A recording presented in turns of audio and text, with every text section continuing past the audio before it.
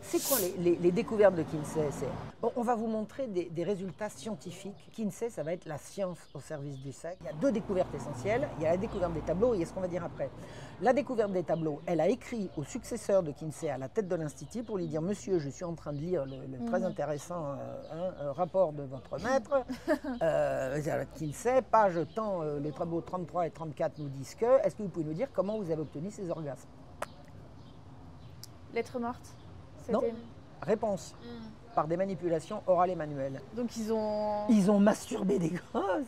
Mais ils lui ont répondu quoi. Oui, il a répondu. Elle a la lettre. J'ai eu le facsimilé de la lettre. Il explique qu'il sait ce que c'est que les fameux orgasmes. Ce sont des convulsions, des évanouissements, des hurlements, des pleurs, des tentatives de fuite, incroyable. Des enfants tétanisés. C'est-à-dire, Kinsey montre des enfants terrorisés et torturés, et il dit regardez comme ils jouissent. Je dis mais qu'est-ce que c'est que ce monde de dingue? Bonjour, alors j'accueille aujourd'hui Marion Sigaud, bonjour. Bonjour, merci de m'accueillir. Bonjour. Bonjour Marion. Bonjour tout le monde. Donc pour notre série d'émissions Protégeons les enfants, on t'accueille là pour un des sujets qu'on traite dans notre livre revue, qui est l'éducation à la sexualité pour les enfants. Et donc toi, tu vas nous parler, tu vas pouvoir nous parler d'une femme, un petit bout de femme, comme tu l'appelles affectueusement dans ton livre, dont on va parler aussi dans l'émission. Un petit bout de femme, menue par la taille, mais géante, moi je dis par l'âme, mais toi tu dis pour le reste, elle est à mettre dans la catégorie des géants, de ceux qui ont vraiment contribué corps et âme jusqu'à leur dernier souffle à tenter de sauver l'humanité. Ouais, c'est exactement ça. Et je trouve ça vraiment, en fait, je suis vraiment heureuse que tu nous partages justement la vie et le combat de Judith Reisman aujourd'hui, parce que tu l'as bien connue. J'ai bien connu. Donc ça, c'est du coup précieux. Et tendrement aimé, hein. C'était une très belle amitié. Oui, et puis voilà, l'amour et l'amitié peuvent faire beaucoup de choses. Et là, on va le voir aujourd'hui. Et c'est un sujet qui est particulièrement abject, glauque et horrible. Et je trouve ça beau aussi de rendre honneur et hommage à une femme qui s'est battue. Et du coup, en fait, le bien revient au devant de la scène. Ouais. Et je trouve que c'est important quand on combat le mal ou qu'on le dénonce, de aussi avoir en évidence le bien et le courage d'être humain, dont Judith Reisman, qui peut inspirer tout à chacun. Ouais. Donc, entrons dans le vif du sujet. Est-ce que tu veux nous parler de celle, pour reprendre tes mots dans ton livre, celle qui a mis à jour l'escroquerie, le crime contre l'humanité que furent les travaux d'Alfred Kinsey. Alfred Kinsey, donc pour ceux qui vont le découvrir lors de cette interview, qui fut le père de la révolution sexuelle et qui a donné lieu à l'éducation à la sexualité pour les enfants. Donc d'où l'importance pour notre sujet. Peux-tu nous parler qui est Judith Reisman et comment a démarré toute cette histoire? Alors Judith Reisman, aujourd'hui disparue, elle a disparu le 9 avril 2021, c'est ça, 2021. C'était, alors un petit bout de femme, elle était toute petite, toute menue, très jolie dame.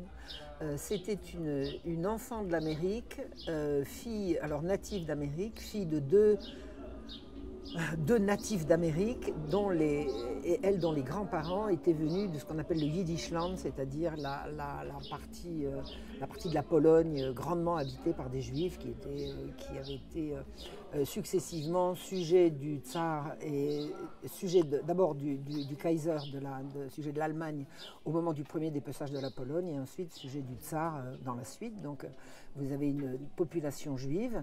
On appelle ça le Yiddishland parce que le Yiddish était leur langue, la langue qu'ils parlaient entre eux. Et ces Juifs sont partis en grand nombre vers l'Amérique.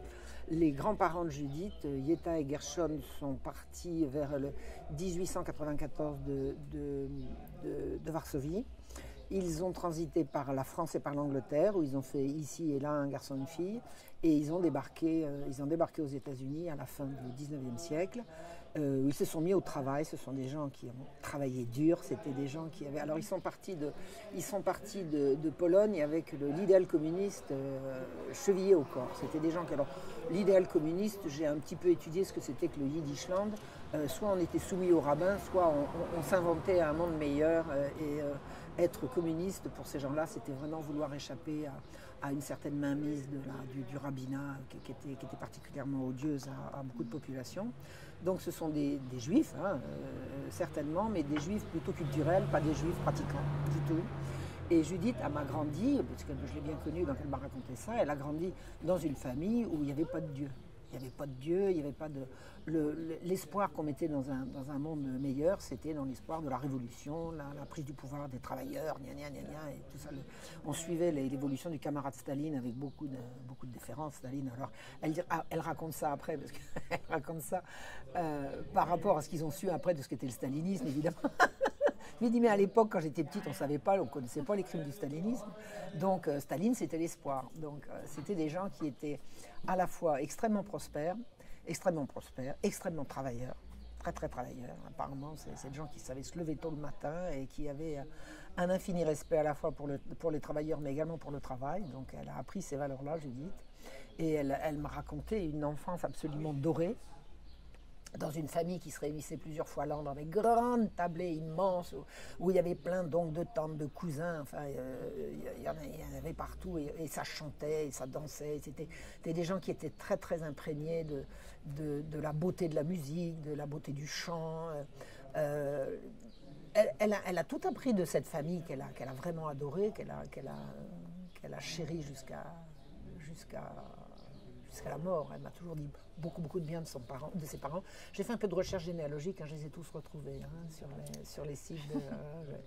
Je vois à peu près, je connais les oncles, les tantes, voilà. Bon, c'est pas le sujet du livre, mais enfin je suis allée voir, quoi. Je suis allée voir. Donc elle a eu une enfance, elle a eu une jeunesse très heureuse, très très heureuse. Elle a grandi comme une fleur. Elle a rencontré à 20 ans un beau monsieur qui s'appelait Arnold. Alors, ses parents s'appelaient Gelernter, ce qui est un mot allemand. Alors, oui, pourquoi est-ce que les juifs polonais ont des noms allemands? C'est parce que quand la Pologne est tombée sous l'escarcelle des Prussiens, le Kaiser a ordonné que tous ces gens-là qui s'appelaient Moshe, fils de machin, etc., ils prennent des patronymes comme tout le monde, quoi, hein, un nom de famille. C'est comme ça qu'on leur a donné un nom de famille allemand. Puis après, quand ils sont devenus russes, ben, ils ont gardé leur patronyme allemand. Donc Gelernter, ça veut dire, c'est éduqué. Donc Judith, elle était pas peu fière de dire que ses aïeux avaient été considérés comme suffisamment éduqués pour qu'on leur mette, au lieu qu'ils s'appellent Rosenblum, Rosenthal ou truc, enfin des noms de fleurs ou des noms d'oiseaux, on lui a donné le nom d'éduqué. Donc elle en était très fière et je pense qu'il y avait de quoi. Et elle a épousé donc Arnold Reisman, qui était un beau monsieur universitaire et qui lui a fait 4 enfants. Enfin, le bonheur. Tout va bien, elle vit dans le bonheur. Le bonheur et la prospérité. Et elle avait, en plus, sur le plan personnel, elle avait une réussite personnelle totale. C'est-à-dire qu'elle avait une très jolie voix, elle adorait chanter et elle adorait les enfants, pas seulement les siens. Comment cette femme a pu se retrouver embarquée? Ah, c'est ce que je vais raconter. Dans ce Donc, combat. elle avait comme métier, elle composait et chantait des chansons pour la télévision, pour des émissions pour enfants. Et alors, faire des chansons pour des émissions pour enfants, ça peut se faire à domicile. C'est-à-dire qu'elle pouvait mener de front sa vie familiale, sa vie conjugale, enfin sa vie de mère de famille, sa vie d'épouse, puisqu'elle était à la maison, donc elle pouvait s'occuper de son mari chéri, elle s'occupait de ses enfants chéris, et de gagner très bien sa vie, parce qu'elle touchait en plus des droits d'auteur comme elle composait. Et tout allait bien, tout allait bien. Et un jour, sa fille aînée s'est fait violer par le voisin du dessus. Elle a mis un moment à comprendre, elle a vu que sa fille dépérissait, elle ne comprenait évidemment pas pourquoi, parce qu'il n'y avait aucune raison extérieure visible, et en menant son enquête à la fois auprès de sa fille et auprès du voisinage, elle s'est rendue compte qu'un garnement de l'immeuble qui habitait au-dessus la violait régulièrement, en lui expliquant qu'elle faisait semblant de ne pas aimer ça, mais qu'elle finirait comme tout le monde par trouver ça bien, et que comment il le savait? Parce qu'il l'avait lu dans Playboy. Qui lui a expliqué ça? Le gamin. Le violeur. Le violeur. Le violeur avait ces mots-là. Tu finiras par aimer ça. Tout le monde finit par aimer ça. Et une enquête a montré que sa fille n'était pas la seule victime. Il avait également agressé son petit frère. Hein, voilà. Et d'autres gamins de l'immeuble. Les parents de ce garçon ont déménagé quand ils ont senti que ça allait être. Donc les parents du garçon n'ont pas agi. Oui, ils ont agi. Ils ont pris la Mais tangente, ils ont pris l'avion, ils ont quitté le pays. Et tu dis qu'il lui a dit ça parce qu'il avait lu ça dans Playboy. Et alors lui, il avait compris en lisant Playboy que le sexe c'était bien, que tout le monde aimait ça, et que celui qui faisait semblant de ne pas aimer ça, il avait qu'à insister, puis que ça finirait par aimer. Et Judith Playboy, elle ne connaissait pas. Hein, ça. Alors, franchement, c'était pas son genre de littérature. Et ce gamin avait quel âge? 13. Très jeune, quoi. La Jenny avait 11 ans et le gamin en avait 13. Ouais, très très jeune. Et alors, mais c'est fou. Alors, c'est-à-dire, vous êtes maman d'enfants qui poussent comme des fleurs, tout va bien, et brusquement, le ciel vous tombe sur la tête, et vous apprenez que les enfants sont victimes de sexe par d'autres enfants, mais c'est le monde qui s'écroule. C'est le monde qui s'écroule. En menant son enquête, elle a compris plusieurs choses. D'abord qu'il se disait aux quatre coins de l'Amérique que les enfants sont sexuels dès la naissance. Elle n'avait jamais entendu ça avant. Et on lui disait de droite et de gauche, mais enfin ta fille elle a sûrement réclamé, puisque les enfants sont sexuels dès la naissance. Elle n'avait jamais entendu une histoire pareille, mais elle l'entendait de deux sources différentes qui lui ont mis la puce à l'oreille en disant qu'est-ce qui se passe dans ce pays. Et les deux sources différentes, c'était une vieille tante sur la côte ouest et puis une copine de classe sur la côte est. Deux femmes de deux générations différentes qui ne se sont jamais vues et qui ont 4000 km qui les séparent. Et elles disent la même chose. Là, elle a commencé vraiment à Donc elle a dit mais qu'est-ce qui se passe? Donc elle a mené son enquête. Elle a voulu voir ce que c'était que ce magazine Playboy dont ce garçon se réclamait.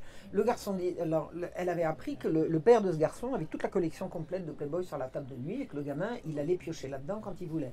Or, Playboy était quand même un magazine connu, enfin, moi, tel qu'on m'en a parlé, puis j'ai écrit le tout premier article journalistique que j'ai écrit, c'était sur une biographie de Hugh Hefner, le fondateur de Playboy. Donc, je connais un peu. Oui, c'est comme ça.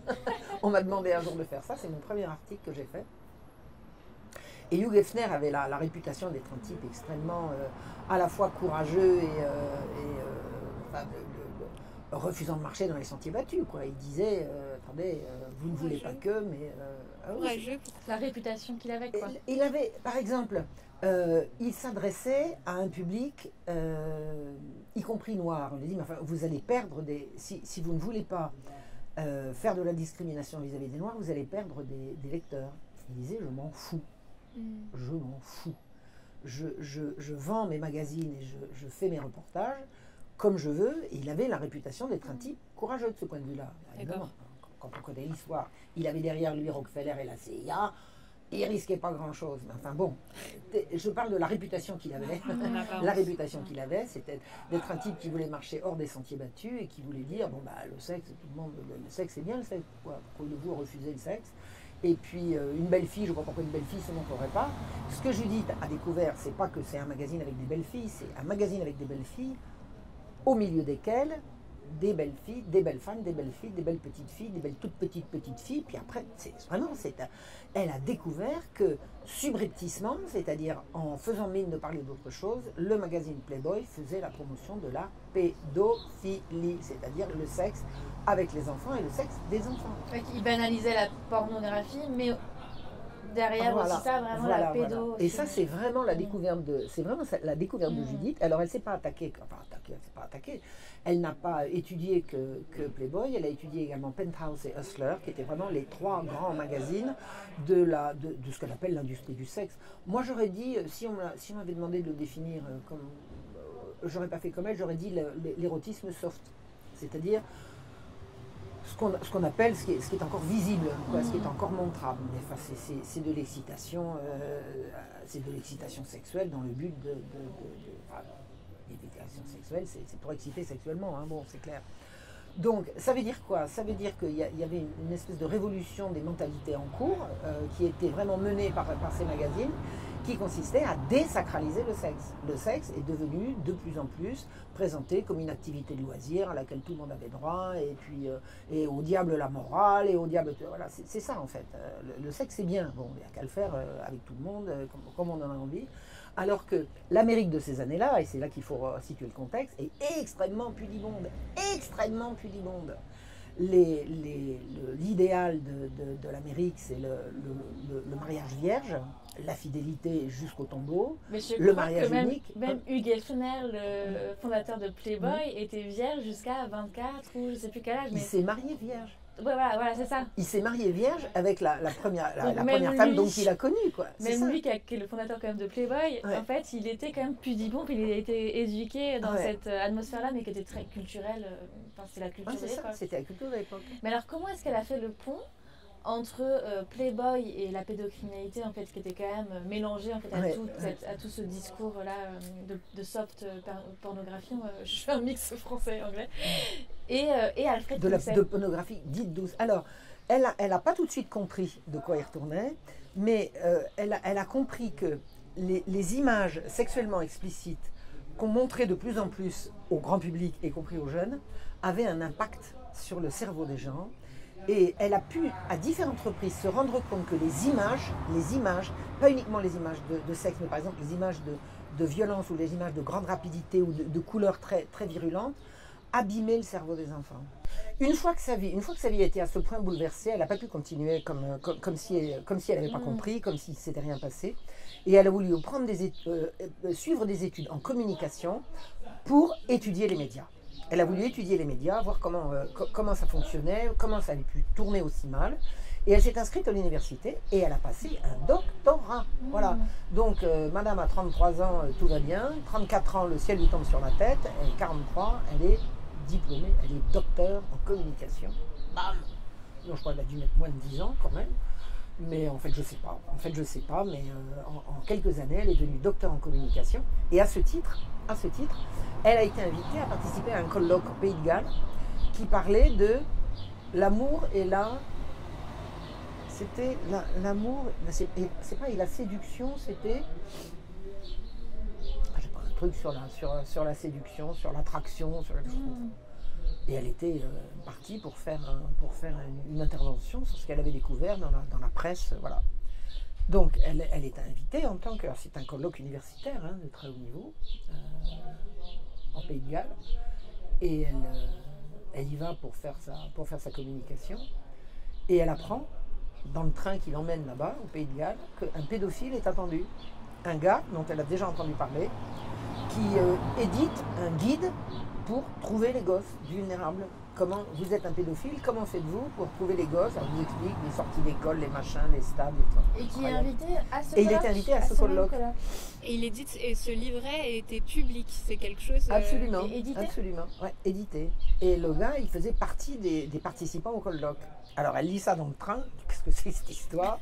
Et elle apprend, en arrivant au colloque à Swansea, que tout le personnel d'entretien du colloque, c'est-à-dire en fait c'était dans une université, donc c'était les personnels qui étaient censés faire les lits, faire les chambres et puis faire à manger et servir. Ils ont dit, si vous faites parler ce type-là, vous vous débrouillez sans nous. Hein. Il n'y aura ni lit fait, ni nourriture, vous vous débrouillez, vous pourrez vous acheter des sandwichs, on ne sera pas là. Bravo, bravo. Alors j'hésite avec son instinct bien cultivé de communiste, fille de communiste, petite fille de communiste, elle dit vive les travailleurs et tout. Elle est la seule à ne pas avoir signé une pétition pour les obliger à reprendre le travail. Elle est la seule. C'est-à-dire que tous les universitaires... Ils ont tous pétitionné pour obliger les travailleurs à reprendre le travail pour que le gars puisse faire son Ils ont intervention. cautionné vraiment Ils ont cautionné, ils ont soutenu un pédophile. Alors elle regardait ça comme ça. Où est-ce qu'on met? Ouais, double choc, quoi. Qu'est-ce que c'est que ce monde? Ouais. Qu'est-ce que c'est que ce monde? Elle a fait son allocution pour raconter ce qu'elle avait trouvé dans Playboy, Hustler et Penthouse. Ça n'a pas dû les heurter. Rien. Pour eux, ça devait être rien du tout par rapport à... Alors, ce qu'il faut savoir quand même, c'est que les travailleurs ont été victorieux et que le gars, finalement, n'a pas fait son intervention. Alors, elle a été contente que les autres disaient la gueule, c'est inadmissible, la liberté d'expression, etc. Liberté d'expression des pédophiles, il faut y penser. Hein. La liberté des pédophiles, hein. Les droits du pédophile. Oubliez ça. Bon. Elle dit, mais dans quel monde je suis? En plus, comme elle avait bien étudié la presse en question, elle s'est rendue compte que parmi les universitaires présents qui a participé au colloque, elle avait retrouvé leur nom dans l'ours. Pour les gens qui ne savent pas, l'ours, c'est dans un magazine, c'est la totalité des collaborateurs. Donc, elle été là face à des universitaires qui, publiquement, l'amour et l'attraction, c'est ça, l'amour et l'attraction, venaient faire des grandes sorties sur l'amour et l'attraction, et Et l'autre face de la facette, c'est qu'il cautionnait, il participait à des revues ouvertement pédophiles, quoi, faisant ouvertement la promotion de la pédophilie. Elle était quand même passablement secouée, et puis elle dit, enfin, dans quel monde on vit, quoi. C'était à quelle année, dans quelle année? 77, à Swansea, dans le Pays de Galles. Et alors en quittant le colloque, donc elle a fait son allocution. Elle n'a pas été applaudie, rien du tout. Elle dénonce des trucs, les gens trouvaient ça très bien. Alors elle réfléchit, elle dit, ah non, on leur dénonce des trucs, ils trouvent ça bien. Qu'est-ce que c'est que ce monde? Qu'est-ce qui se passe? Bon, moi je vais résumer ce qui se passe. Ça s'appelle la trahison des élites. C'est-à-dire, la conclusion, c'est l'université, on ne va pas dire que l'université est pédophile, mais elle est vérolée par ces gens-là. Elle est occupée par ces gens-là. C'est intéressant ce que tu dis, parce que là, nous, on fait un livre, je trouve ça fort ce que tu dis, en fait. Parce qu'on peut beaucoup idolâtrer, on va dire, justement, ces élites et ces universitaires. Nous, on fait un livre, le système scolaire, un train qui fonce droit dans l'abîme. Ouais. Mais voilà, qui éduque qui, quoi? Enfin, qui sont ces gens qui éduquent? Et peut-on les idolâtrer, ou a-t-on envie que nos enfants soient éduqués par ce type de personnes? Ou peut-on leur donner une conscience aveugle sous prétexte qu'ils ont des diplômes et en fait...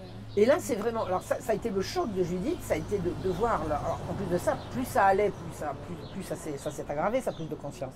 Mais clairement, les élites universitaires, des élites universitaires, mais à partir du moment où on les laisse faire... voilà, ils occupent la place, se rendent complices de crimes contre les enfants, mais insensés. Et quand on leur montre la vérité, ils disent, circulez, non, ça va, on a compris. Au suivant, madame, on vous a entendu, maintenant laissez la place, quoi. Taisez-vous.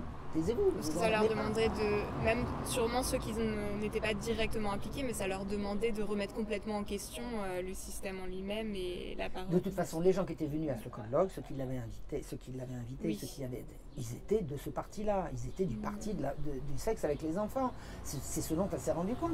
C'est quand même un colloque qui faisait l'apologie du sexe avec les enfants, au nom de l'amour et l'attraction, et le droit de ceci, le droit de cela, et puis le sexe. De toute façon, si les enfants ont des désirs sexuels, il n'y a aucune raison de ne pas leur donner satisfaction. Mais alors, en quittant le colloque, elle dit, mais c'est quoi cette histoire de désir sexuel des enfants? Il y a un Parce gars que là, ils en parlaient explicitement. Et là, il y a un gars qui s'approche d'elle, qui lui dit, madame, il vous manque une donnée. Il vous manque une donnée. Je suis tout à fait d'accord avec tous les termes de votre intervention. Il est vrai, il est de fait que ce type de magazine pousse aux agressions contre les enfants et contre les femmes aussi. Judith n'a pas pris la défense des femmes, elle a pris des enfants, elle a pris la défense des femmes et des enfants et de tous ceux qui sont victimes d'agressions sexuelles. Alors, majoritairement des femmes et des enfants, mais il y a de plus en plus d'hommes qui sont également victimes. On le sait. Hein, et puis moi, je ne fais pas de discrimination à cet égard. C'est vraiment protéger les gens faibles et les gens purs contre les agressions des cochons, quoi, des dégueulasses. Donc elle a été rejointe sur le quai de la gare, je crois, par un monsieur qui lui a dit, madame, il vous manque une donnée, Savez-vous qui est Alfred Kinsey? Elle dit non, je ne sais pas. Cherchez, madame, vous allez avoir la réponse à votre question. Et il lui a donné également la référence d'un livre qui s'appelle Sex Researcher, que j'ai trouvé sur la toile, que j'ai lu intégralement, hein, parce que vraiment pour écrire ce livre, il fallait mettre mes pas dans les siens, et j'ai lu effectivement Sex Researcher. Elle est tombée sur Le Monde selon Kinsey. C'est là qu'elle a compris, elle dit, mais c'est insensé, qu'est-ce que ces malades racontent, et qu'est-ce que c'est que cette histoire? Donc là, elle a découvert Alfred Kinsey. Alfred Kinsey, c'est celui qui a révolutionné l'Amérique puis le monde en 1948 par deux rapports, un en 48, un en 56, sur la sexualité des hommes en 48 et la sexualité des femmes en 56. Et c'est à partir... Oui, Alfred Kinsey, oui, pour ceux qui ne le connaissent pas, c'est la référence en termes de sexologie. Voilà.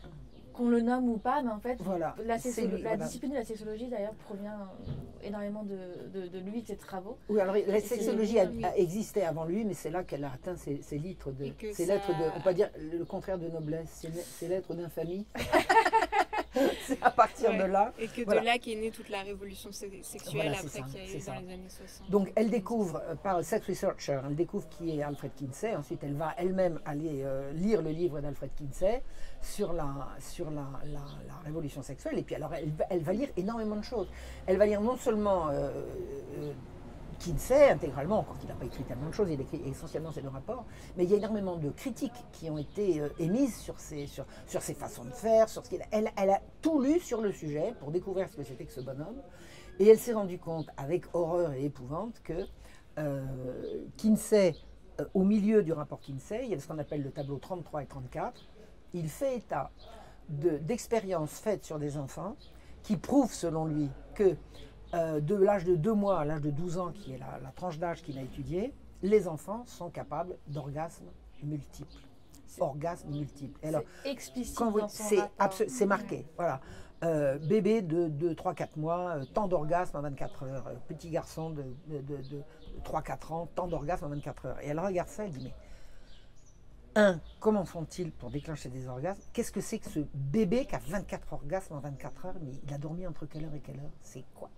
Mais De quoi on elle parle? est épouvantée. Elle me dit, mais on a ça devant les yeux. Le rapport Kinsey a été vendu dans le monde à des millions d'exemplaires. Et dans tout ce qu'elle a lu sur Kinsey, sur ses méthodes, etc., elle a lu nulle part une analyse de ce tableau 34. Alors que c'est dans les 2 livres de Kinsey, en effet, il n'en a pas écrit 50. Donc Il en a écrit 2 références. Ouais. Et le tableau est publié. Il tel est publié et tout le monde peut le lire. Tous ceux qui ont lu le rapport Kinsey. Alors, est-ce que les gens qui font référence au rapport Kinsey l'ont lu?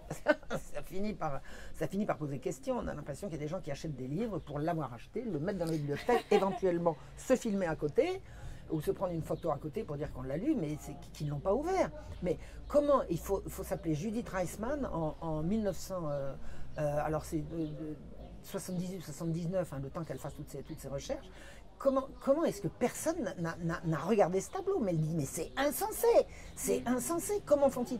Et alors, elle s'est prise par la main, elle dit, mais si je veux avoir la réponse à la question, d'abord, comment ils ont fait?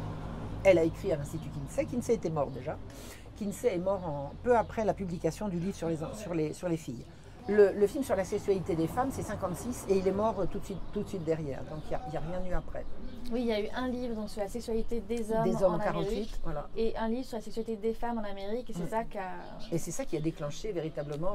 Kinsey, il a fait des conférences dans le monde entier. Alors, c'est quoi les découvertes de Kinsey? C'est arrêtez avec votre morale idiote, le sexe c'est bon pour tout le monde en profite. Bon, on va vous montrer des résultats scientifiques. Voilà. L'argument, c'est Kinsey, ça va être la science au service du sexe, la science contre la morale, contre les a priori, contre les préjugés. Les préjugés, ça marche toujours, ça. Vous avez des préjugés. Moi, quand je dis quelque chose qui ne plaisait pas à mes profs, ils me disaient, vous avez des préjugés, vous n'avez pas peut-être... Je dis, moi, j'ai pas des préjugés, j'ai des post-jugés. Moi. Je commence par regarder, puis je juge après. Vous faites comme vous voulez. Oui, il a dit qu'il avait interviewé des Américains standards, on va voilà, dire. Alors, non, mais d'abord, à propos des tableaux, parce qu'il y a 2 découvertes essentielles. Il y a la découverte des tableaux et il y a ce qu'on va dire après.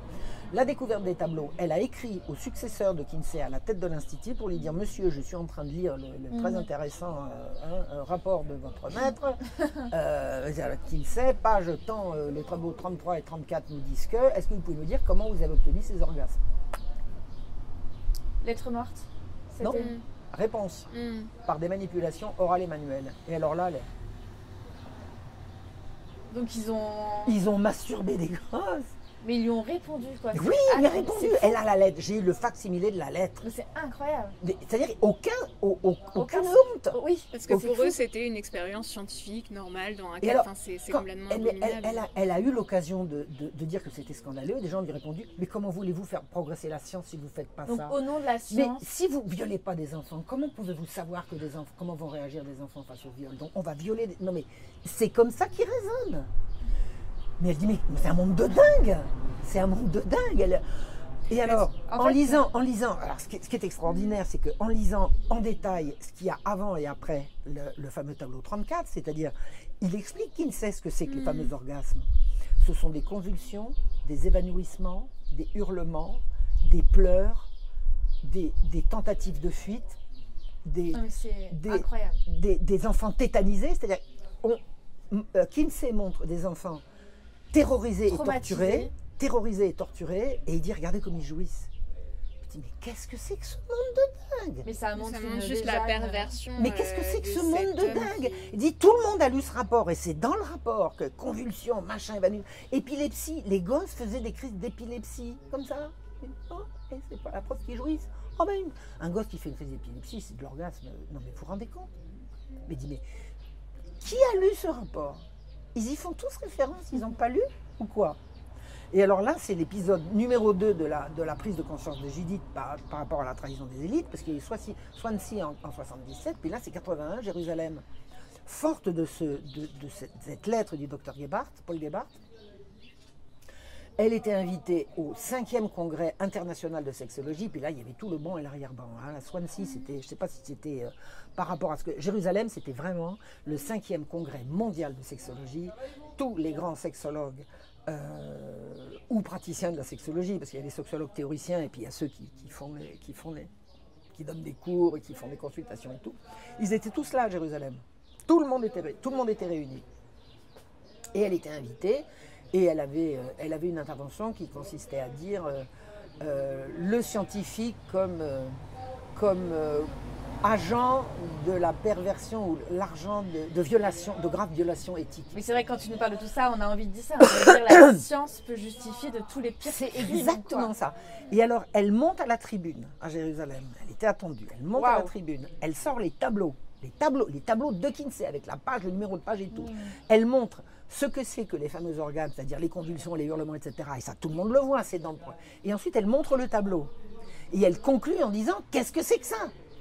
Vous vous référez tous à un certain Kinsey, parce que tout le monde se réclame de Kinsey, il faut le savoir. C'est devenu la référence. Les enfants sur sexuels de la naissance, c'est lui, et ça, c'est dans tous les colloques, c'est partout. Il faut éduquer les enfants à la sexualité, parce que comme ils ont une sexualité active, il faut les accompagner. Hein, ça s'appelle l'éducation. Bah voyons. Et elle leur prouve par A plus B que c'est criminel. Elle prend son souffle, elle attend le tonnerre d'applaudissements. Et on la chasse. On l'a vraiment chassée. On la chasse. Dehors. Vous, dehors. Elle a remis en question en fait une des sources fondamentales de la science et de Kinsey. Mais elle a aussi mis les pieds dans le plat sur la science, sur qu'est-ce que la science. Et la science sans conscience, on voit ce que ça donne. De l'âme, exactement. Voilà. Et ils l'ont chassée. Et ils ont décidé d'avoir sa peau. Et ils ne l'ont pas eu. Oui, parce que... Et ils l'ont pas eu. Parce que Kinsey était vraiment le roi dans ses... Il était la référence ultime. Mais il a aussi eu on appelle ça l'opération Mockingjay au niveau de la presse, c'est-à-dire qu'il avait l'applaudissement de toute la presse. Toute la presse était avec lui. 600 recensions quand ses livres ont sorti, il y avait plus de 600 recensions l'année de la sortie de ses livres. La une du Times. Il a été promu partout. Avec des images de propagande absolue sur la une du Times. Il faut aller là voir quand on connaît cet homme, ce qu'il a fait sur les enfants, la cruauté et puis la perversion même dans sa vie personnelle à lui. Sur la une du Times, on voit un homme plutôt en dessin, plutôt sympa, avec des roses, souriant, avec des roses autour. Il a un nœud papillon, il est tellement mignon. On lui donnerait le bon Dieu sans confession. Et alors il a une femme qui tricote, quand il fait un petit fichier sur la tête. Ils faisaient des orgies tous les deux, c'est infernal. Ils avaient organisé à l'université de Bloomington où ils opéraient, ils avaient organisé dans les greniers des salles de torture, parce que ces gens-là, pour eux, le sexe, ça va toujours avec torture. Et souffrance. C'est pour ça que des convulsions égale orgasme. Exactement. Il est mort de ça. Moi, il y a des choses, je ne pourrais même pas les dire. Tellement c'était ignoble. Il y a certaines choses, je ne pourrais même pas les répéter. Ils organisaient des orgies. Alors, sadique, sadomaso. Lui, c'était un grand. Alors, il était plus maso que sado, mais enfin bon, ça va avec. Hein, mais loin.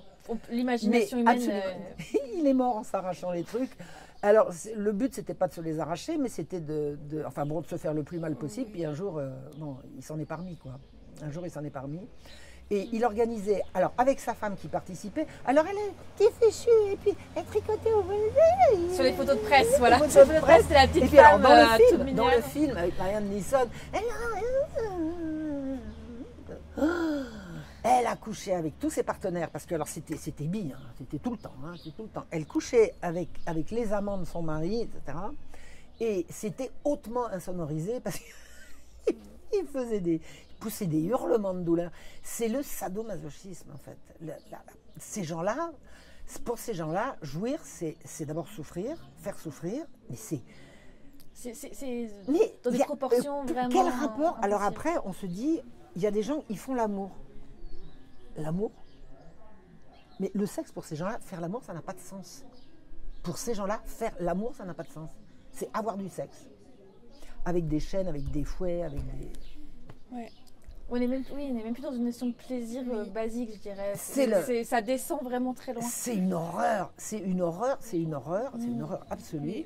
Mais ce qui est scandaleux, c'est que du coup, toutes ces personnes, toute la presse ou tous les médias qui glorifient... Ils ont fait semblant de pas voir. En fait, c'est que, on voit que dans ce moment-là, ils n'en avaient rien à faire de la vérité, d'aller chercher... Enfin, c'est juste faire de la propagande et promouvoir cette sexualité pour les enfants. C'était juste ça le but à tout prix, et on masque tout ce qui est c'est pas cette sexualité pour les enfants, c'est la sexualité pour tout le monde en fait. Les enfants comme agents de ces horreurs, parce que bon, la plupart c'était des pédophiles. Alors je ne pense pas que Kinsey lui-même était pédophile. Je pense que c'était un grand pervers. Mais il a travaillé avec des pédophiles. Mais là, c'est clair. Tout ce qu'il a fait avec des pédophiles. Et alors, Judith, alors ça sera également le sujet d'un autre ouvrage qui va suivre, mais Judith est allée très très loin dans l'étude de comment il avait obtenu ses enfants et qui c'est. Elle est allée au bout de ses recherches. Tout ce que tu dis et tout ce qu'on dit là-dessus, c'est pas des affabulations. C'est-à-dire que Judith Reisman tout documenté. A documenté, il y a des noms, il y a certains pédocriminels qui ont témoigné de leur travail, de leur collaboration avec Alfred Kinsey au tribunal aux États-Unis quand ils ont été condamnés pour des crimes pédocriminels. Donc c'est vraiment sourcé, il y a des noms, il y a des rapports, il y a des écrits de ces pédocriminels qu'ils envoyaient à Kinsey. C'est vraiment pas de la théorie ou des affabulations, quoi.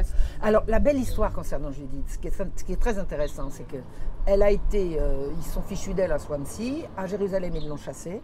Ils l'ont chassée en disant, madame, la porte est là.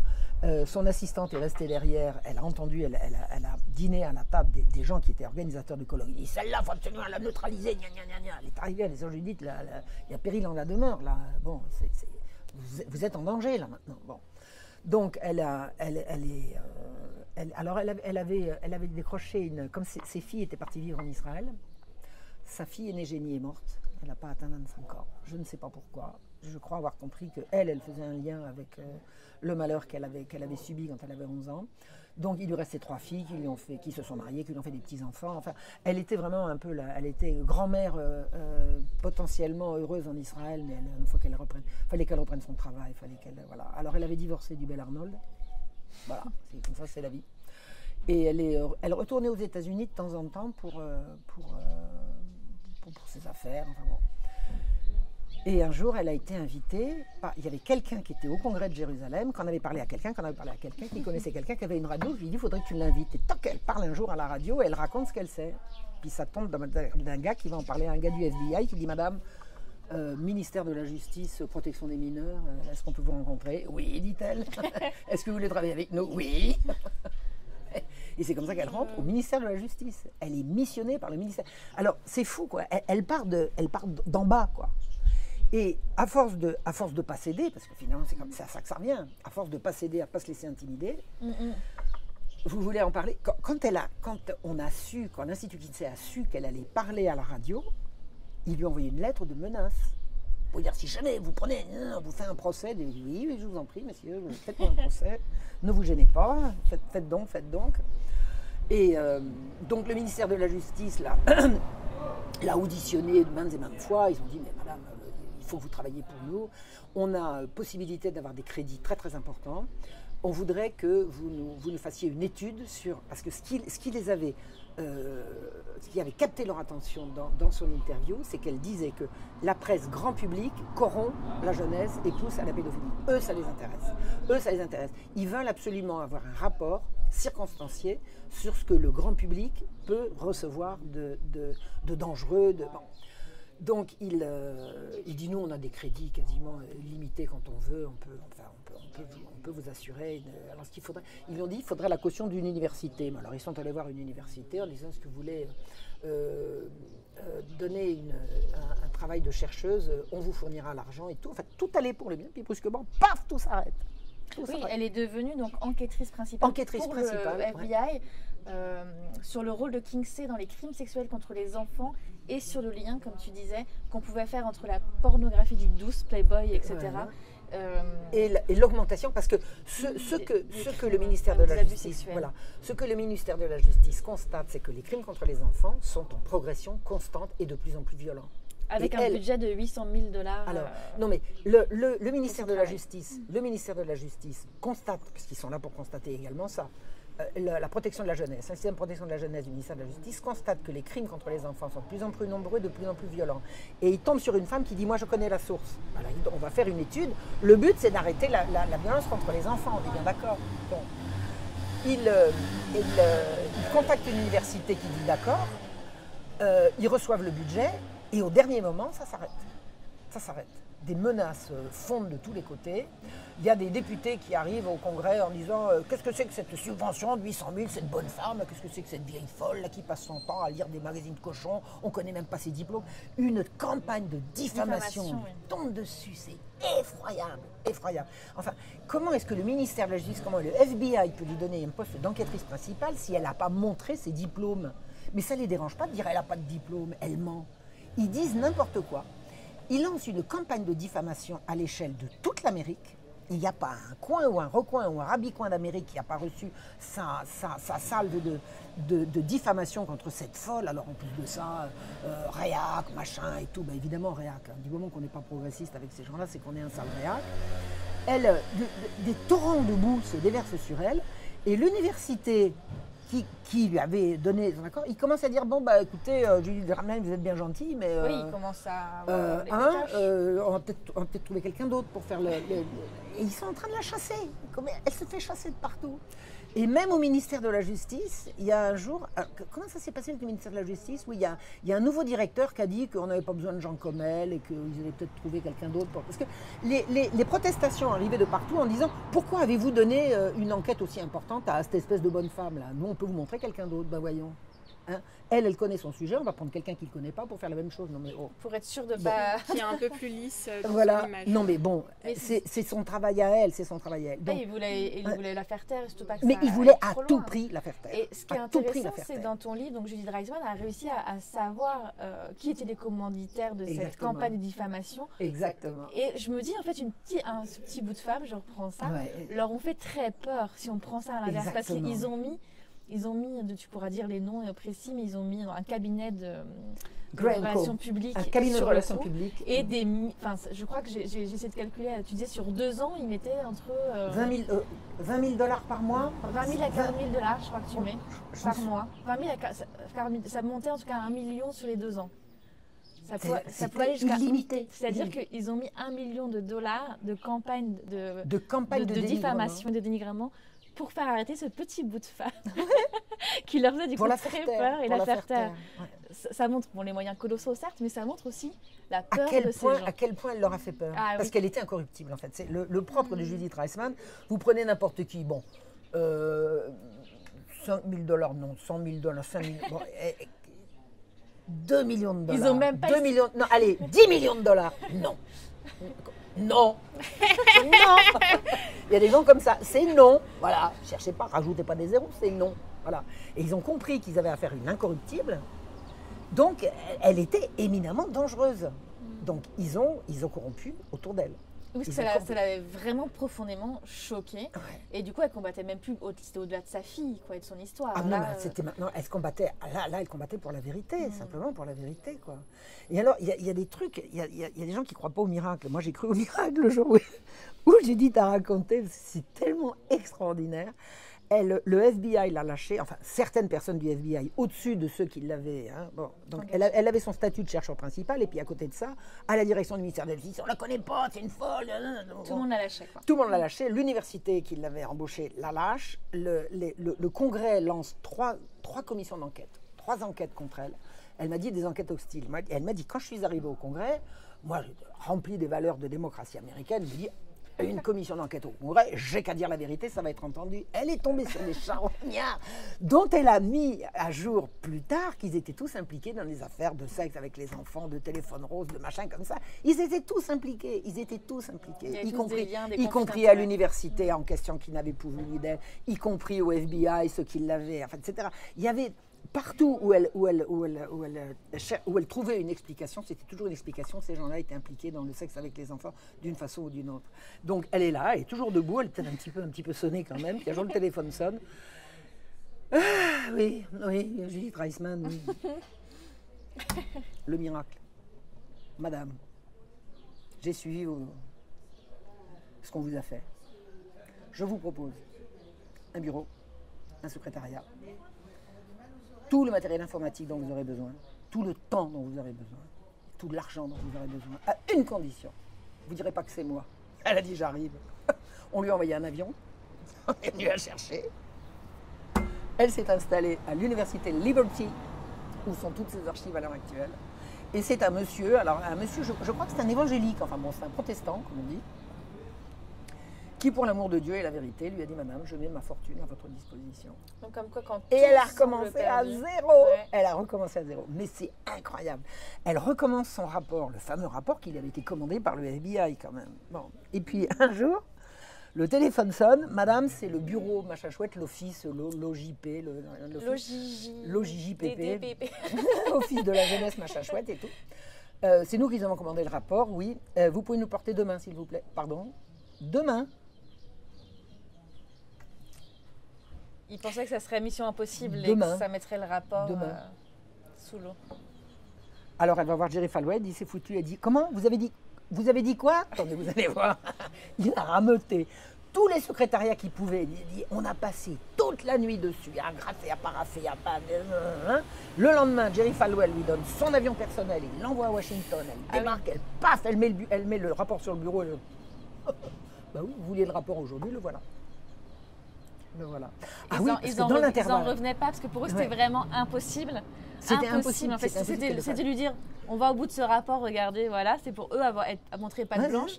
Mais ils se disaient, en un jour, en une nuit, c'est impossible qu'elle nous délivre le rapport. Impossible. Et si, ça a été possible. C'est incroyable. Et alors, je suis en train de me demander, oui, à l'université où elle était précédemment, un matin, oui, c'est ça, c'est là où elle était désespérée, où le téléphone a sonné. Le téléphone a sonné au moment où elle arrive un matin à son bureau à l'université, avec lequel elle avait passé le rapport initial, en même temps avec le FBI. Il lui avait volé ses ordinateurs et toutes ses disquettes, il lui avait tout pris. Il lui avait volé tout son travail. Et donc, sur lequel elle était depuis 2 ans, quoi. Il lui avait tout volé. Et c'est là que le téléphone sonne, madame, on recommence. Et le gars, il avait simplement eu vent de la campagne de diffamation qu'on menait contre elle.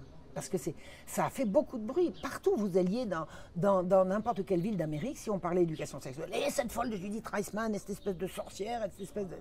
On retournait le combat, quoi. Donc, elle s'est retrouvée, le rapport, le voilà. Mais c'est pas possible, elle est impossible.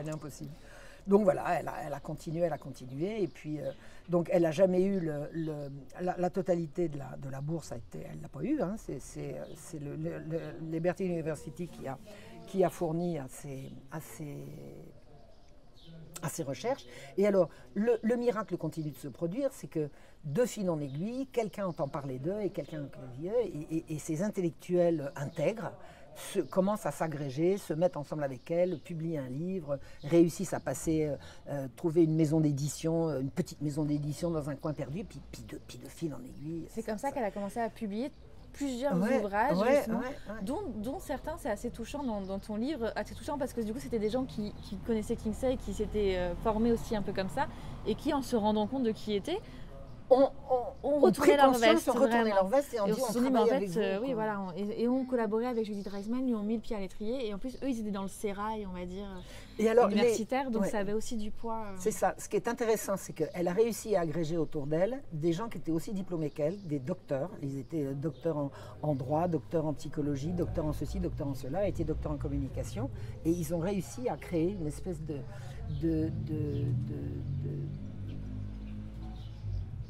d'armée de combat intellectuelle contre le mensonge, quoi. Et c'est eux qui sont en train de gagner. Alors je veux dire, bon, l'éducation à la sexualité, maintenant il y en a partout. Je veux dire, cette corruption, elle est partout, mais la prise de conscience, elle est en marche. C'est clair. Les arguments qu'on a à partir du travail de Judith et de tous ces éminents intellectuels, c'est quelque chose qui tous les jours fait des petits. C'est clair. La vérité est en marche. La vérité est en marche. Mais c'est vraiment intéressant et son travail est vraiment passionnant et c'est une pierre vraiment à l'édifice majeur, je trouve, pour cette vérité. Elle a quand même mis en exergue, et tu pourras compléter si j'oublie quelque chose, mais que justement le but de Kingsley à travers la science qui justifiait tout ça était d'une part en effet de faire que l'idéologie comme quoi il fallait éduquer les enfants dès la naissance se propage au niveau des États-Unis mais aussi du monde. Du monde entier, oui. Et c'était aussi de dépénaliser la pédocriminalité. Oui.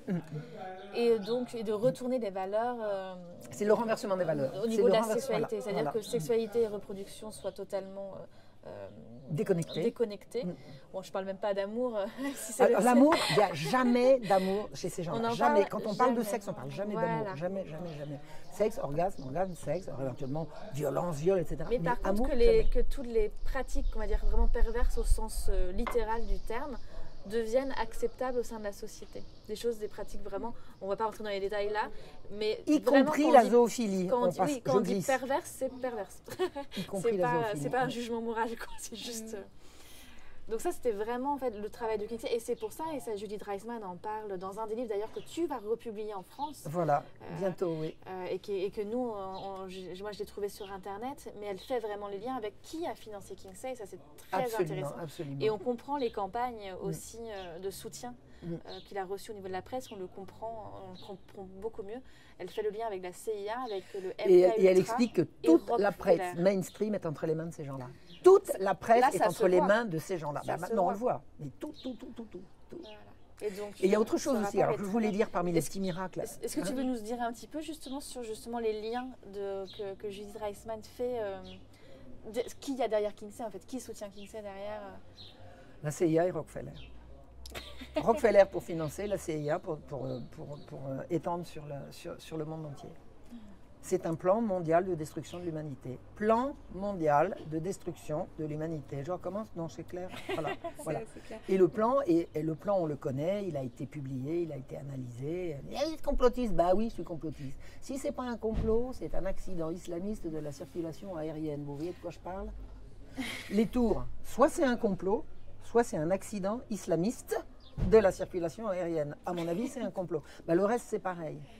Et le reste, c'est juste pareil. Pour faire sur ce point de l'influence que Kinsey a eu, pour faire le lien avec les cours d'éducation sexuelle aujourd'hui, je trouve ça intéressant, juste de rappeler que en fait, les cours actuels en France et ailleurs dans le monde d'éducation à la sexualité se basent sur les rapports internationaux de l'Organisation mondiale de la santé, qui se réfère au même rapport de l'Institut du planning familial international, qui explicitement, alors je ne sais plus si c'est encore mentionné aujourd'hui, mais c'est clair que ça se base sur les rapports de Kinsey. Peut-être vraiment que en fait, parce que si on parle de tout ça aujourd'hui, là c'est parce que ces cours d'éducation sexuelle qui ont lieu aujourd'hui dans les écoles se basent très concrètement sur ces rapports de l'OMS. Ces cours se basent sur les rapports de l'OMS, l'Organisation mondiale de la santé, qui a inventé un concept complètement délirant qui s'appelle la santé sexuelle. Santé sexuelle. Santé sexuelle, c'est bien jouir. Attendez, de quoi je me mêle? De quoi je me mêle? Non, mais de quoi je me mêle? Oui, on ne parle pas de santé. Non. Ça n'a rien à voir avec la santé. Ça n'a rien à voir avec la santé. Et c'est vrai que tous ces rapports... Alors, il y a toutes les agences de l'ONU, elles sont complices de ça. Il y a l'UNESCO, il y a l'UNICEF, il y a l'OMS qui, pour l'Europe, a sorti un rapport spécial en direction de l'Europe qui s'appelle... Enfin bon, peu importe.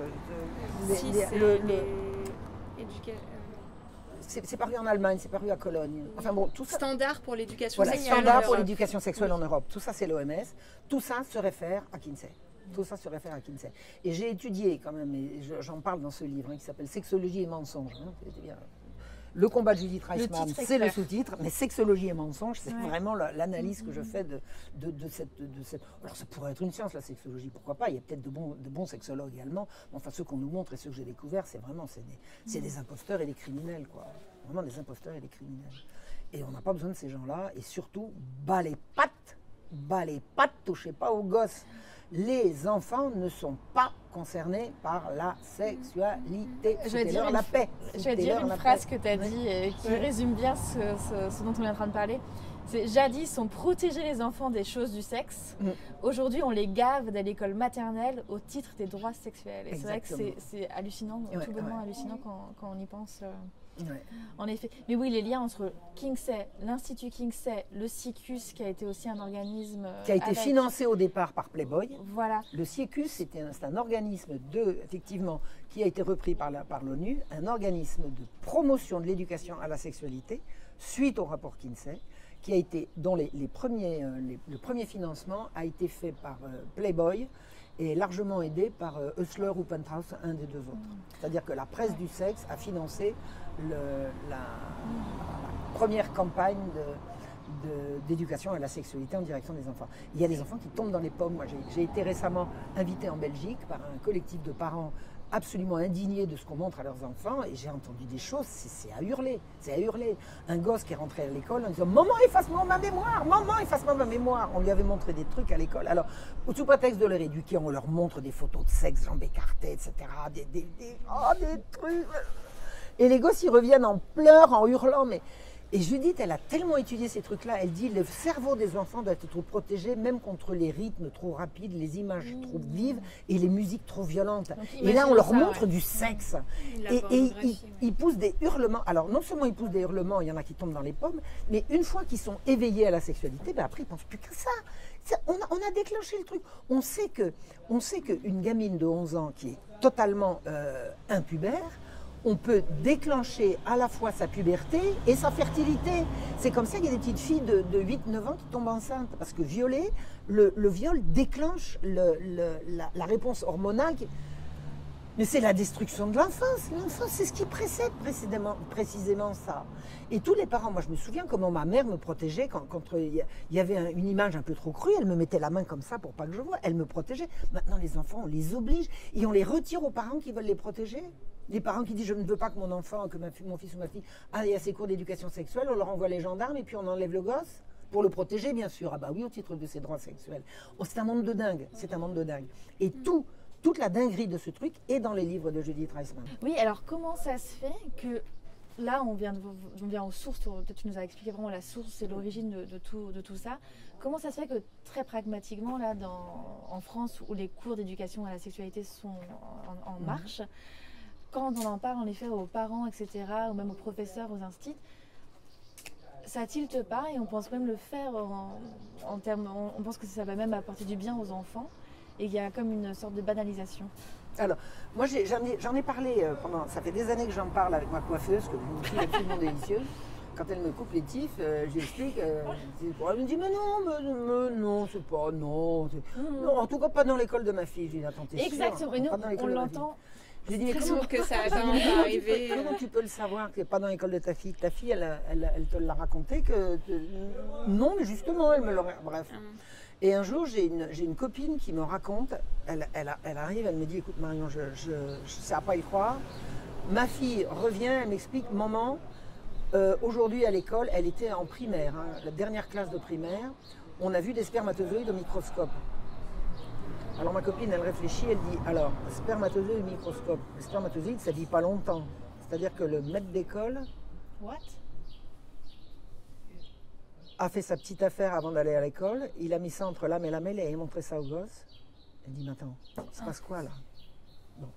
C'est tellement dingue qu'on ne veut pas voir. On ne veut pas voir. Et surtout que de dire ça va pas arriver dans mon école, ça n'arrive pas, et en fait une fois qu'on réagit c'est trop tard. Une fois que c'est arrivé, le mal il est fait. Et puis ils savent pas dans les détails non plus, parce que les parents ils n'ont pas voix au chapitre. Donc les parents ne savent pas en détail. Là en Belgique j'ai l'impression que les parents ils voient en détail. Mais le mal est fait, parce que maintenant les enfants sont traumatisés. Alors on peut essayer d'empêcher que les autres soient traumatisés, mais ça avance tellement caché, ça avance tellement subrepticement que effectivement, quand les parents comprennent, le mal est fait. Bon, on peut toujours l'arrêter, mais attends, quel était le truc? Oui, il y a un argument, et il y a quelqu'un qui m'a sorti ça récemment, mais tu comprends, les enfants, quand ils seront prévenus, pourront être protégés. Alors je lui dis, attends, protégés de quoi? Attends, t'as un gosse, il ne sait pas ce que c'est que le sexe, tu vas lui expliquer ce que c'est, que tu vas le protéger contre quoi? Contre quoi? Contre les prédateurs. T'as raison. Alors je vais dire, je suis prédateur. Je vais voir un petit garçon, je vais lui dire, dis-moi mon petit garçon, t'as pas envie de faire ton affaire avec moi? Non monsieur, parce que mon corps m'appartient. Ah bon, pardon, excuse-moi, je suis désolé. Non mais un prédateur, il va pas demander la vie à un gosse. Que le gosse soit prévenu, qu'il soit pas prévenu, le prédateur, il va un gosse, il l'aura. Parce qu'il se donnera les moyens. Et prétendre que les enfants, quand ils seront prévenus, pourront se protéger, c'est prétendre que les enfants ont un consentement possible. Et qu'ils sont capables, et que c'est à eux de se protéger. Et que c'est de leur responsabilité. Et que c'est de leur responsabilité de se protéger. Ce qui revient à exonérer les pédophiles de la responsabilité du viol. Et aussi les parents, les instituteurs, les éducateurs, c'est à nous, adultes, de protéger les enfants et jamais l'inverse. Et en fait, il y a... Et dans tous ces programmes, on parle sans arrêt du droit de l'enfant de dire non. Mais si l'enfant, d'abord, s'il a le droit de dire non, ça veut dire qu'il a le droit de dire oui. Or, la protection des enfants veut que même si l'enfant a envie de dire oui, on l'en protège. Parce qu'en fait, il ne peut pas savoir ce qu'il veut. Évidemment qu'il ne peut pas savoir. Il ne se connaît pas, il est face à un adulte qui a une mais emprise sur lui, il non, ne peut pas donner un avis, en fait. Donc, on fait porter aux enfants la responsabilité de la future. Et on a vu le cas récemment, moi je l'ai vu depuis que j'ai commencé à faire ces études-là, on a vu le cas d'une petite fille qui a été violée par un gars. Le gars a démontré, il dit mais elle était d'accord, et bien le gars il a rien pris. Elle était d'accord, elle n'avait pas dit non. Mais il y a 1000 façons de ne pas dire non. D'abord parce qu'on ne vous a pas posé la question oui ou non. Hein. Puis la deuxième, il y a un truc qui s'appelle la sidération. Et la sidération, c'est ce qu'on peut appliquer de plus facilement à un gosse quand on est un adulte. Et même une fois adulte. Hein. Enfin, mais bien sûr, mais la sidération fait que... Alors, on fait porter, dans toute cette idéologie-là, on fait porter la responsabilité du consentement à l'enfant. C'est une monstruosité. C'est une monstruosité.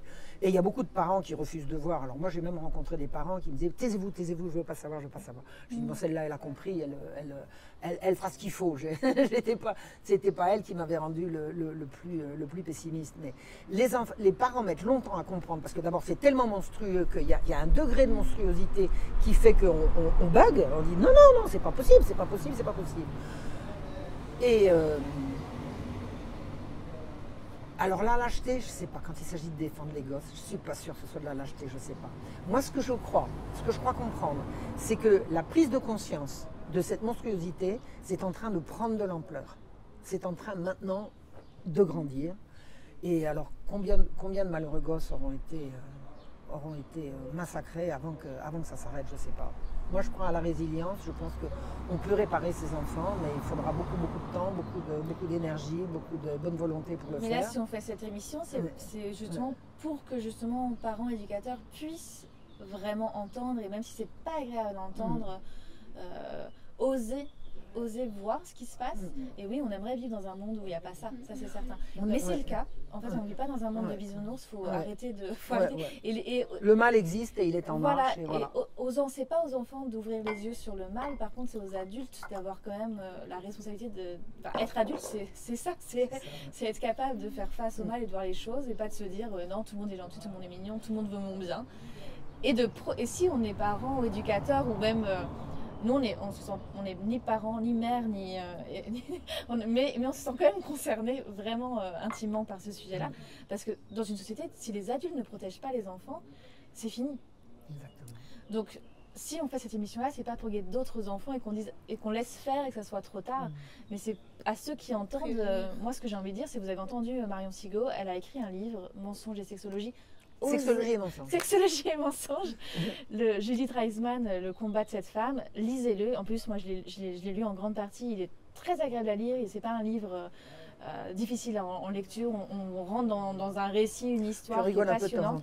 On rigole. Il y a des chansons. Voilà. Donc, il est vraiment très agréable en lecture. Il vous apprendra beaucoup de choses. Et ensuite, voyez ce que vous voulez faire à votre enfant et osez faire des choix, osez en parler autour de vous, même dans les institutions, osez avoir le courage d'être en décalage et ne croyez pas, parce que du coup il peut y avoir le côté en effet, oui mais voilà. C'est de la prévention. C'est de la prévention, c'est bien, ou du coup ça veut dire qu'on est... éduquer les enfants à la sexualité pour leur protéger de la sexualité, c'est un oxymore. On ne fait pas des choses comme ça. Si vous voulez protéger vos enfants de la sexualité, vous ne leur en parlez pas et vous les en protégez. Si vous parlez du sexe à un enfant pour le protéger du sexe, c'est n'importe quoi. C'est le protéger contre le fond, lui mettre la main dans le brasier. C'est bon. C'est aussi de dire aux adultes, mais oser ouvrir les yeux sur ce qui se passe vraiment. Et même si c'était vraiment la prévention. Je pense que c'est ça. Je pense que c'est ça le fond du problème. C'est que la réalité est tellement atroce c'est tellement atroce que c'en est invraisemblable et on ne voudrait pas passer pour un crétin en croyant des balivernes pareils. Je vais vous raconter un truc. Les premières fois que j'ai commencé, c'était il y a 30 ans, la première fois que j'ai commencé à parler de ces sujets-là, il y a des gens qui sont partis de chez moi en claquant la porte en disant qu'il y en avait marre d'entendre ces conneries. Je me suis fâchée avec des gens comme ça. Donc je sais à quel point c'est dur pour certaines personnes d'entendre certaines choses. Il y a des gens qui m'ont insulté d'oser dire des choses pareilles. J'ai un jour une copine qui disait « Ah mais Marion, avant elle disait elle était censée, maintenant elle raconte n'importe quoi. Pour elle, tout le monde est pédophile. » Moi j'ai dit ça, moi. Pour elle, tout le monde... Moi j'ai dit ça. On déforme ce que donnent ce que disent les lanceurs d'alerte pour pas entendre, pour les discréditer. Ce qu'ils ont fait avec Judith. Oui, c'est ce que je voulais dire pour finir, c'est qu'en effet, la campagne de diffamation continue. Oui. Et en France, elle va prendre d'autres aspects, d'autres stratégies de marketing. Et ça va être des cathos extrême droite. Nous, clairement, on n'est ni catho ni d'extrême droite, donc on ne peut pas vraiment nous dire ça du tout. C'est juste pour moi un argument, juste pour pas écouter et pas entendre le message. S'il y a un catho qui vous parle de ça, mais pourquoi pas, en fait on s'en fiche. C'est pas le sujet. Mais c'est pas du tout le sujet. Le sujet, c'est que cette réalité, il y a tous les faits, etc. Donc osez l'entendre, osez le voir et agissez en conséquence et prenez votre responsabilité. Et c'est pas facile. Non. C'est pas facile. Non. Mais c'est ça d'être adulte aussi. Et si vous avez fait des enfants, ça vaut le coup peut-être d'avoir des fois de faire des efforts pour les protéger. Et puis moi j'en ai pas fait et je persiste à vouloir les protéger. Hein. De toute façon c'est l'enfant. L'enfance c'est l'humanité, c'est l'humanité en devenir. Si on ne protège pas les enfants, l'humanité sera perdue. D'ailleurs moi j'ai quand même, puis je l'ai su également grâce à Judith notamment, mais il y a un plan qui a été révélé en 1969 de destruction de l'humanité par la sexualisation des enfants, la banalisation de l'avortement, la promotion de l'homosexualité, la promotion de la pédophilie, la prolifération de maladies nouvelles, la prolifération de faux vaccins, etc. Tout a été écrit en 1969. Il y a une liste est longue comme ça. Tout a été écrit, on détruira l'humanité comme ça. Et quand on aura fait table rase, on recréera quelque chose de nouveau. Voilà, c'est ça. Le plan, il existe depuis plus longtemps que ça, mais il est connu il a été révélé en 1969. Et tout ça, ça se déroule sous nos yeux. Ça se déroule sous nos yeux. Et on banalisera l'euthanasie, on appellera ça mourir dans la dignité, alors qu'en fait, c'est de se débarrasser des plus faibles. Tout a été écrit. Il y a des gens qui veulent se débarrasser de 90% de la population mondiale. Ils le disent, certains le disent. Oui, ça a été écrit. Le Nouvel Ordre des Barbares, c'est disponible sur le net. Le Nouvel Ordre des Barbares, c'est le docteur Richard Day qui a raconté ça. Et un professeur qui s'appelait Donegan qui a pris des notes. Alors, quand il a fait ce discours, le docteur Richard Day il a fait ça devant un aréopage de gens comme lui, de chercheurs, de biologistes, enfin c'était des universitaires. Et il leur a dit ne prenez pas de notes, ça serait trop dangereux pour moi. Et il y a un gars, il n'a pas pris de notes, il est rentré chez lui, il a tout remis au pot et il l'a sorti 20 ans après. Donc le plan, c'est un plan de destruction de l'humanité qui existe, qui est paru, qu'on trouve sur la toile sous le titre de Le Nouvel Ordre des Barbares, je crois. Et quand vous voyez ce qui se passe aujourd'hui, vous vous dites c'est simplement le déroulé de ce plan. Très très exactement. Et la sexualisation des enfants fait partie du plan. Et je pense que c'est important de se rendre compte aujourd'hui que d'avoir conscience de ce plan-là et d'oser voir que ce mal existe, que c'est réel, en fait c'est une force. Et je pense que souvent on a peur de se confronter à ça en disant non, je veux pas avoir peur, je préfère faire comme si de rien n'était. Mais c'est là qu'on est faible quand on ne sait pas en fait. Et la connaissance et la vérité, en fait, d'avoir connaissance de cette vérité, c'est une force. Et je pense que c'est là qu'il y a ce sentiment de révolte, en fait, qu'on se dit ah mais il y a ça qui se passe, en fait je vais pas laisser ça se faire, et c'est là qu'on devient puissant et qu'on peut agir. Je pense que ça c'est hyper important de se rendre compte de ça et d'oser ouvrir les yeux, parce que c'est ça qui nous donne de la force et qu'on peut se lever, et qu'on ait des enfants ou pas, qu'on a juste un cœur et qu'on se dise non mais en fait il faut que je fasse quelque chose. C'est plus facile pour moi qui n'ai pas d'enfants. Plus détaché. Oui, parce que les femmes qui ont des enfants et qui veulent faire ce combat-là, on les leur enlève. Et aucune mère ne peut se laisser enlever ses enfants comme ça. Moi, j'en ai rencontré plein des mamans louves. Je les ai rencontrées. Ce sont des femmes à qui on vient arracher leurs enfants parce qu'elles ont fait un geste d'indépendance vis-à-vis de diktats totalement inadmissibles. C'est effroyable. Si j'avais des enfants, à l'heure actuelle, je ne pourrais pas mener ce combat parce qu'on me les aurait enlevés. Après, je pense qu'il y a aussi des femmes qui ont des enfants, et on va en interviewer aussi, et qui ont cette force et qui arrivent quand même à les protéger. Je pense que ça donne énormément, ça peut aussi donner énormément de force. Et je pense qu'il y a, tu parlais tout à l'heure des miracles qui sont arrivés à Judith Reisman, et moi je pense que quand on a un combat juste à mener et qu'on se donne à fond, on est aussi protégé, on est aussi aidé. Il y a comme une force qui fait que on peut traverser ça, et je pense qu'il faut oui c'est ça, et aller au-delà de la peur de on va me retirer mes enfants ou autre. Je pense qu'il y a vraiment une puissance dans le je fais ce qui est juste et j'irai au bout, et on ne prendra pas mes enfants en fait. Et je pense qu'il y a plein de femmes qui vivent ça et qui osent se lever, et ça c'est aussi moi, j'en connais magnifique. beaucoup à qui on les enlève. C'est des crève-cœurs. Et je connais un monsieur, on lui a enlevé ses 4 garçons. Et il les a retrouvés au bordel. C'est effroyable, c'est effroyable, c'est effroyable ce qui se passe. C'est effroyable ce qui se passe. Oui, on peut appeler vraiment au courage. N'hésitez pas à regarder donc, le livre de Marion qui est dans la barre de la description. Puis c'est aussi bien de soutenir les auteurs indépendants. On le souligne aussi. Est-ce que tu peux nous parler de ta rencontre, toi française, avec Judith Reisman? Comment ça s'est passé et qu'est-ce que ça a donné? Alors, qu'est-ce que ça a donné? Ça a donné une grande amitié, entrecoupée énormément d'éclats de rire. C'était un festival de chansons et de rigolades de rencontrer Judith. Non, je vais vous raconter comment je l'ai rencontrée, parce que ça, c'est tellement merveilleux. Judith, elle avait fini par s'agréger avec un certain nombre d'intellectuels, et ils ont fait un livre collectif, et un jour, ils étaient invités à une émission de télévision américaine. Et cette émission a fait tellement de bruit qu'elle a été reprise par un Anglais qui s'appelle Tim Tech, qui a fait un reportage, puis de fil en aiguille, c'est passé sur Internet, puis un jour, je tombe dessus. Je dis, mais qu'est-ce que c'est que cette bonne femme? Mais elle est géniale. Petit bout, là. Elle monte, elle parle. Je dis, mais elle est géniale, comment elle s'appelle? Où est-ce qu'on la trouve? Reisman, contact. Bonjour madame, je m'appelle Marion Sigou. Paf, elle me répond. Puis c'est tout. Après, elle m'a dit, je viens en Croatie le mois prochain, tu viens? Je lui ai dit, on y va. Et donc, toi, tu ne connaissais pas tout ce dont tu nous as parlé là, pendant cette émission? Alors, Kinsey, non. Alors, moi, je m'intéressais déjà à la protection. Et la protection de l'enfance. Moi, je suis tombée sur le réseau abominable des disparus de Lyon. C'est comme ça que j'ai pris conscience. Parce que moi, allez voir les conférences, parce que là, sinon, on est reparti pour 1 heure. Mais allez voir les conférences sur la chaîne YouTube disparus de Lyon, c'est Marion autour de ma maison, c'est autour de chez moi. Donc, et ensuite, j'ai découvert qu'il y avait une internationale. Et cette petite bonne femme, je dis, bonjour madame. Et puis c'est tout, on a commencé à s'écrire et puis on s'est rencontrés 1 fois, 2 fois, 3 fois. Elle est venue chez moi. Enfin, j'ai des souvenirs absolument enluminés de ma relation avec elle. Voilà. Et donc c'est grâce à cette amitié. Moi je crois vraiment que l'amitié, justement, là on reparle d'amour qui pour moi est justement la solution peut-être à certains des problèmes de ce monde. L'amitié et l'amour forte, et là c'est une amitié, a fait que du coup les travaux de Judith Reisman qui étaient en anglais, tu as permis notamment à ce qu'elle soit quand même un peu plus connue en France. Elle n'avait jamais été traduite en France, c'est quand même... Attends, avant que j'arrive, personne n'a jamais traduit en France. C'est incroyable. C'est invraisemblable quand même. Mais donc merci. Attends, je débarque en 2014 avec un livre de Judith Reisman, ça fait 40 ans qu'elle écrit, personne ne l'a traduite en français. Ils n'ont jamais entendu parler d'elle dans leur congrès de sexologie. Et tous les chercheurs en psychologie là, qui ont des chaires à l'université, là, les pédopsychiatres, les machins, ils n'ont jamais entendu parler d'elle. Oh, il a fallu que j'arrive? Non, mais sans blague.